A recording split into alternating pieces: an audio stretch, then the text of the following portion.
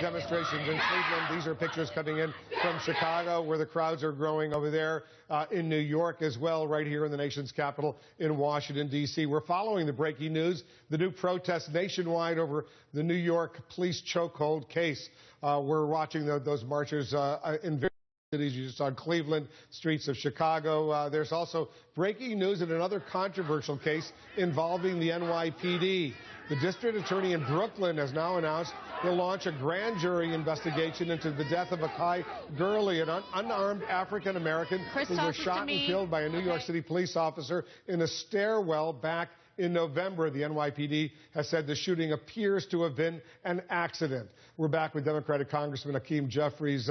Congressman, you represent parts of Brooklyn. Do you have confidence in this new grand jury investigation?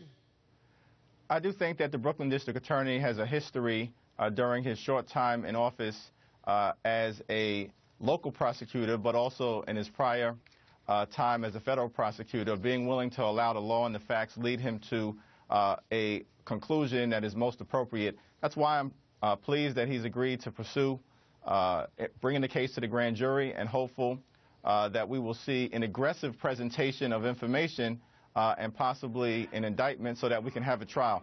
This was a tragic case, Wolf. It occurred in my district. Akai Gurley is a 28-year-old young man who was leaving an apartment, going downstairs. There were two rookie police officers who were together on patrol, unsupervised. It was late at night. The stairwell in the public housing development was dark, and it appears that there may have been an accidental discharge. That's at least what the officers have indicated, but it resulted in a gunshot going through Mr. Gurley's chest into his heart and killing him. Now, this may have been an accident. It also may have been criminally negligent homicide. The district attorney will ultimately have to determine that. But this is an example of how there's a clear training issue inherent in many of these instances that may have resulted in the unfortunate death of Mr. Gurley here. Mr. Gurley, Akai Gurley, African-American, right? Yes, Akai Gurley, another unarmed African-American male. And the two rookie cops, white? No, the officer who discharged the weapon was Asian-American, and I'm not clear as to the other gender. And, you know, in most of these instances, Wolf, you do have an unarmed African-American who's killed. Oftentimes it's a white officer, but it's not necessarily a white issue or a black issue. As it relates to these police officers, it's an issue of being in the blue uniform and whether there's appropriate training, whether there's a real relationship between the police and the community. In communities of color, we actually embrace the fact that there are police officers who are there to protect and serve. But we just want there to be a balance between effective law enforcement on the one hand and a healthy respect for our civil rights and civil liberties on the other. That's as American as apple pie. You've suggested, Congressman, that broader reform is needed in all of these cases, how they're prosecuted, and that Congress should play a role. What exactly can Congress do about any of this? Well, one of the reasons why some of these encounters have unfolded in the view of many of us is that communities of color in some instances are policed in an overly aggressive fashion. Certainly in the context of the death of Eric Garner, I think that seems to have been the case.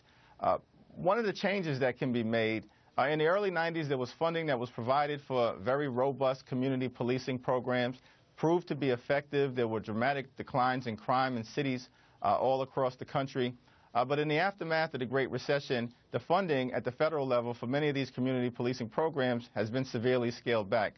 One of the things we're going to need to do next year is take a look at whether we can increase funding to local police departments for these type of programs that strengthen relationships between the police and the community, because the community can be the best ally of the police department in fighting crime. But if there's no trust between the community and the police, but there's hostility instead, that's a problem for everybody. How much money are you talking about?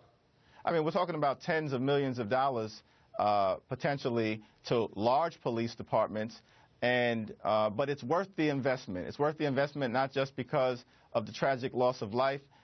You know, at the end of the day, equal protection under the law is important, and we want our relationships between the police and the community to be as strong as possible. Akai Jeffries, thanks very much for joining us, the United States Congressman representing Brooklyn and a piece of Queens, I think, as well. A little bit of Queens. A little bit of Queens, but a lot.